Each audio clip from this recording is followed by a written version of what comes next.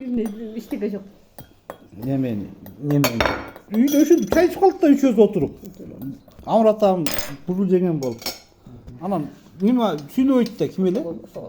Неме сүйлөбөйт да Амыр атам капчада сүйлөбөйт да. Анан ким Кур'ан окуду? Мен Кур'ан окудум бу же. Атам өзү окуду го дейм.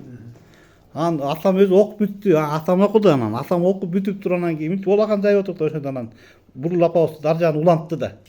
Анан бурул апабыз эй Кудай минте көр, эй Кудай деп ушинтип атты ошончо. Амыр атам деп коет. Биздин үйдүн молдосу ушул деп коет.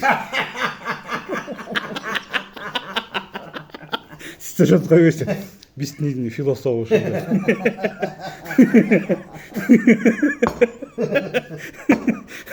Же биздин үйдүн билерманы ушул кишинин айтканын кылабыз деп. Эртең менен 8-те тур дейт, турабыз, кечинде 10-до жат дейт, жатабыз деп. Ой, жок, андай жок. Өзү каалагандай болуп. Биз демократия биздин үйдө. Сиз ошентип койбойсуз. Туура. Биздин үйдүн философу ушул деп.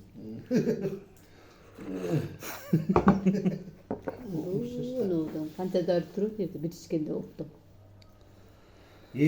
Максат, Кудай бергенге жеткирсин, бергенден айтсын. Мен сакымга жанагы эме жастырбай койчу мына жерде.